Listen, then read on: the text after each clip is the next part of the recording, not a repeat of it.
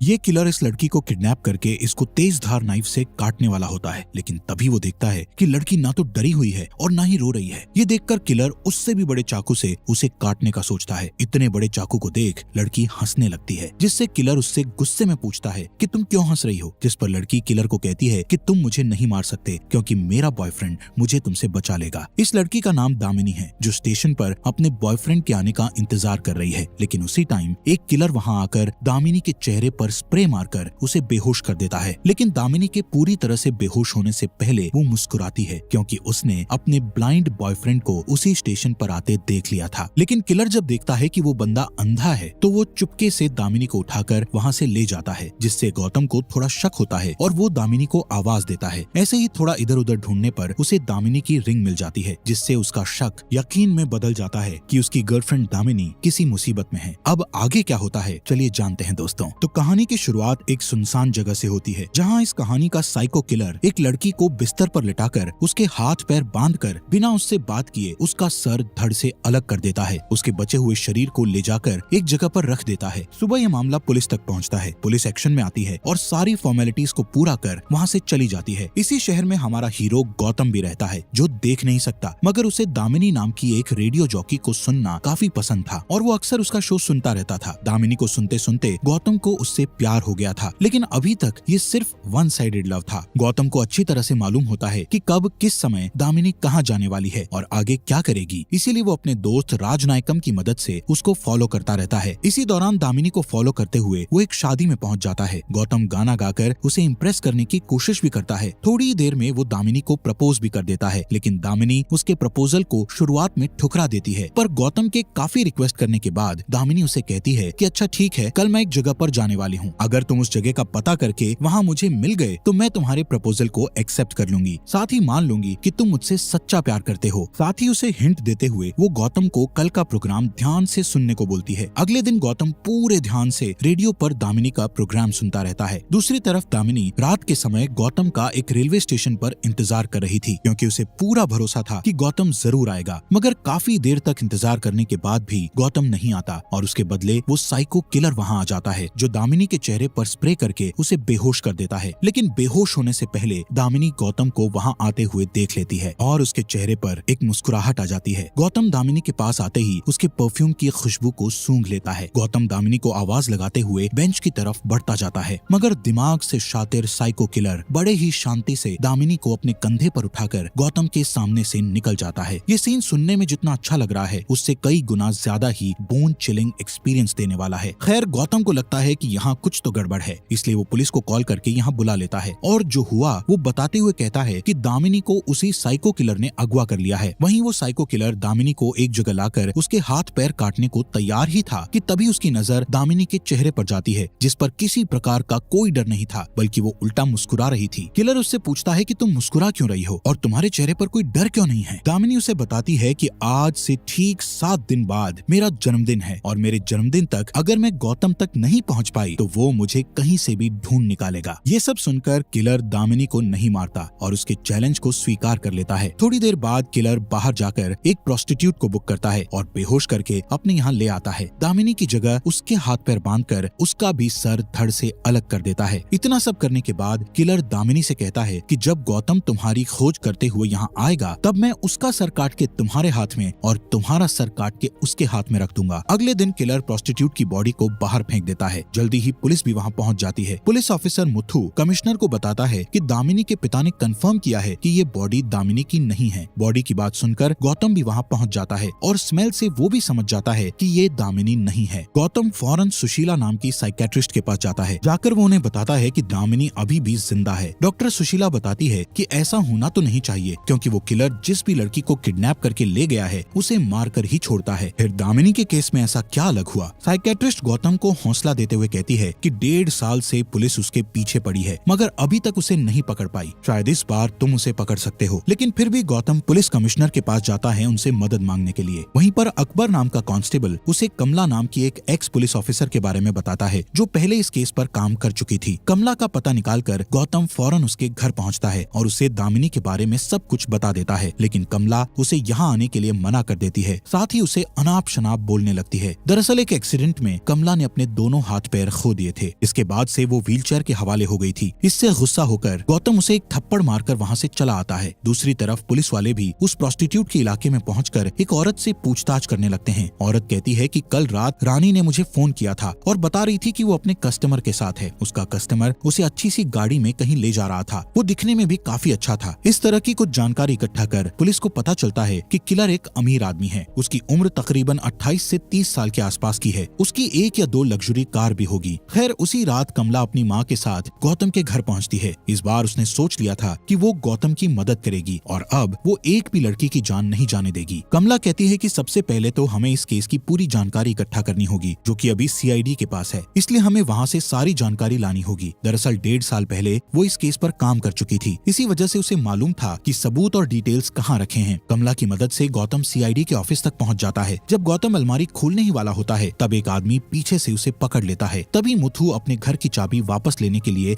Office में आता है। मुथु को थोड़ा शक होता है पर वहाँ कोई नहीं था। मुथु के जाने के बाद हमको पता चलता है कि ऑफिस में दूसरा इंसान अकबर था और उसने ही उसको छुपा दिया था। कांस्टेबल अकबर गौतम की मदद करते हुए सभी डिटेल्ड पेपर्स की जेरोक्स कॉपी उसे दे देता है। खैर डिटेल्स को घर ले जाकर जब कमला उसको स्टडी करती है तो उसे पता चलता है कि अब कुल मिलाकर 14 लड़कियां गायब हुई हैं। उनमें से 4 तो प्रोस्टिट्यूट हैं और बाकी सभी लड़कियां अपनी फील्ड में काफी सक्सेसफुल थी। इसी तरह जो लड़की किडनैप हुई वो दिन दहाड़े रोड से गायब हो गई। गौतम पुलिस की टीम के साथ सभी विक्टिम्स के घर जाकर किडनैपिंग के बारे में पूछता है। सभी का कहना था कि घर लौटते वक्त रास्ते से उनकी बच्ची गायब हो गई थी। ये सारी बातें सुनकर गौतम हर जगह पर जाता है जहां इन लड़कियों को आखिरी बार देखा गया था। गौतम नोटिस करता है सभी क्राइम सीन पर एक चीज कॉमन है, जो कि एक डस्टबिन था, जिससे गौतम और कमला समझ जाते हैं कि जब वो लड़की अपने घर वापस जा रही होगी तो उन्हें डस्टबिन के पास जरूर कुछ दिखा होगा, इसलिए वो अपनी गाड़ी को रोककर उतरी होगी। पास ही खेल रहे बच्चों से पूछने पर उसे पता चलता है कि हमारे बच्चे ने रूपा नाम की लड़की के हाथ में एक पपी को देखा था। इस बात से गौतम और कमला प्रेडिक्ट करते हैं कि पहले किलर एक क्यूट से पपी को खरीदता होगा और उसे लाकर डस्टबिन के पास छोड़ देता होगा। फिर जब लड़की पपी को देखकर अपनी गाड़ी रोकती होगी तभी वो किडनैपर कहता होगा कि ये कुत्ता मेरा है, प्लीज इसे लाकर मुझे दे दो। और जैसे ही लड़की उसके पास जाती होगी वो किसी तरह से उनको बेहोश करके किडनैप कर लेता होगा। दूसरे दिन किडनैपर ठीक इसी प्लानिंग से एक नई लड़की को किडनैप करने वाला होता है, मगर वो इसमें सफल नहीं हो पाता क्योंकि कल कमला और गौतम ने ट्विटर पर ट्वीट करके सबको बता दिया था कि जहाँ पर भी कुत्ता दिखे तो उससे दूर ही रहें। इसलिए ये लड़की किलर के जाल में नहीं फंसी। ट्वीट का पता चलते ही तिलमिलाया हुआ किलर हैकर के पास जाकर ये पोस्ट डिलीट करने को कहता है और काम होने के बाद वो इस हैकर को भी मार देता है। उसी रात किलर उस लड़की को भी किडनैप कर लेता है जो आज सुबह इससे बच गई थी। किलर उस लड़की को अपने यहाँ लाकर एक बार फिर मार डालता है, मगर इस बार वो लड़की का सर काटकर उसका धड़ लाकर गौतम के घर के बाहर रखकर एक मैसेज भेजता है जिस पर लिखा था एडवांस हैप्पी बर्थडे। गौतम को उस लड़की के शरीर से एक अजीब सी महक आती है, इसलिए वो राजनायकम से कहकर एक सफेद और एक काले पिग को लाने के लिए कहता है। राजनायकम ऐसा ही करता है और वो उसके सामने दोनों पिग लाकर रख देता है। गौतम कमला को बताता है कि उसे इस लड़की की बॉडी के साथ ही इससे पहले मरने वाली प्रोस्टिट्यूट लड़की से सफेद पिग वाली गंध आ रही थी। वो लोग एक एक करके सभी पिग फार्म पर जाकर खोजबीन करने लगते हैं, मगर कोई भी पिग फार्म में उनको ऐसा यंग मालिक दिखाई नहीं देता जो किलर के हुलिये के साथ मैच होता हो। इसी दौरान मुथु को ये बात पता चल जाती है कि गौतम और उसकी टीम पिग फार्म जाकर पूछताछ कर रहे हैं, क्योंकि मुथु ने एक आदमी को गौतम के पीछे लगा रखा था। मुथु ऐसे ही एक पिग फार्म पर जाता है और इत्तेफाक से एक फार्म का मालिक वही किलर होता है जिसे ये अभी तक खोज रहे थे। पुलिस को अपने यहाँ देख किलर घबरा जाता है और पुलिस वाले को इंजेक्शन लगाकर बेहोश कर देता है। इसके बाद हम पुलिस वाले को उसके कमरे में बंद देखते हैं जिसमें किलर अपने सभी कारनामों को अंजाम दिया करता था। जब वो किलर वहाँ पर नहीं होता, दामिनी उसको होश में लाकर उसे यहाँ से भागने को कहती है, लेकिन मुथु कहता है कि मुझसे नहीं हो पाएगा। थोड़ी देर में वो साइको किलर मुथु के पास आकर उसे भी मार डालता है। इसी तरह सभी पिग फार्म की जांच करने पर गौतम और उसकी टीम के हाथ कोई सबूत नहीं लगता, लेकिन कमला को पूरा भरोसा था कि किलर इन्हीं में से किसी एक पिग फार्म में मौजूद होगा। नतीजे ना मिलने पर बेचारा गौतम काफी दुखी होता है और फैसला करता है कि आज रात वो घर पर अकेला रहेगा। थोड़ी देर बाद साइको किलर की गाड़ी वहाँ आ जाती है। गौतम समझ जाता है कि ये किलर की गाड़ी है, इसलिए वो जानबूझकर अपने घर से बाहर निकलकर अपने हाथ में एक कैक्टस का पौधा लेकर गाड़ी के पास जाता है। वहीं दूर खड़ा राजनायकम अपनी गाड़ी से किलर की गाड़ी को फॉलो करने लगता है। दोनों के बीच में एक काफी लंबी चेज होती है। दुर्भाग्य से राजनायकम किलर के हाथों मारा जाता है। किलर राजनायकम के फोन से गौतम को फोन करके बताता है कि मैं दामिनी को उसके जन्मदिन वाले दिन मार डालूंगा। गौतम गौतम को अगले दिन राजनायकम के बारे में पता चलता है। ये सुनकर वो बहुत दुखी होता है, लेकिन राजनायकम उसकी आंखें था, साथ ही एक सच्चा दोस्त भी। पोस्टमार्टम करने वाले डॉक्टर गौतम को उसका सामान देते हुए उसे बताते हैं कि किलर उसकी दाहिने हाथ की छोटी उंगली को काटकर अपने साथ ले गया है। ये सब देखने के बाद गौतम कमला और उसकी माँ को कहता है कि वो अब और किलर के पीछे नहीं भागेगा। इस बात से कमला काफी नाराज हो जाती है और कहती है कि अगर तुम्हें इतनी जल्दी हार माननी थी तो मुझे क्यों निकाला अंधेरे से बाहर? क्या जरूरत थी मुझे उम्मीद देने की? सब मेरी गलती थी जो तुम पर भरोसा किया। अगर उस समय मैं कॉलेज की सीढ़ियों से नहीं गिरी होती तो आज मैं ये केस अकेले ही सॉल्व कर लेती। ये कॉलेज वाली बात सुनकर गौतम और कमला सीधे उस कॉलेज में जाकर पूछताछ करते हैं जहाँ कमला 1.5 साल पहले आई थी। दरअसल यहाँ एक स्टूडेंट का भी मर्डर हुआ था। उसी सिलसिले में कमला यहाँ आई थी। सीसीटीवी फुटेज की जांच करने पर एक सस्पिशियस आदमी दिखाई देता है जो अपना मुंह छुपाए हुए बैठा था। कमला और गौतम दोनों फौरन प्रिंसिपल से मिलते हैं। उनसे पूछते हैं कि ये कौन व्यक्ति है जो इस वीडियो में आपके बगल में बैठा है। प्रिंसिपल उन्हें बताते हैं कि मुझे ये तो नहीं मालूम कि वो आदमी कौन था, लेकिन इतना जरूर कह सकता हूँ कि वो एक लेफ्ट हैंडेड था, क्योंकि उसने मेरे यहाँ पॉपकॉर्न भी बाएं हाथ से लिया था। साथ ही पूरे फंक्शन के दौरान उसका दायां हाथ उसकी पॉकेट में ही था। ये सब जानकर गौतम के दिमाग में एक बात अचानक से स्ट्राइक करती है और वो फौरन ही जाकर राजनायकम के सामान की जांच करता है। इससे उसे क्लियर हो जाता है कि किलर की दाहिने हाथ में छोटी उंगली नहीं है। दरअसल ये सुराग था जो गौतम का दोस्त उसके लिए छोड़कर गया था। जब किलर गौतम के घर आया था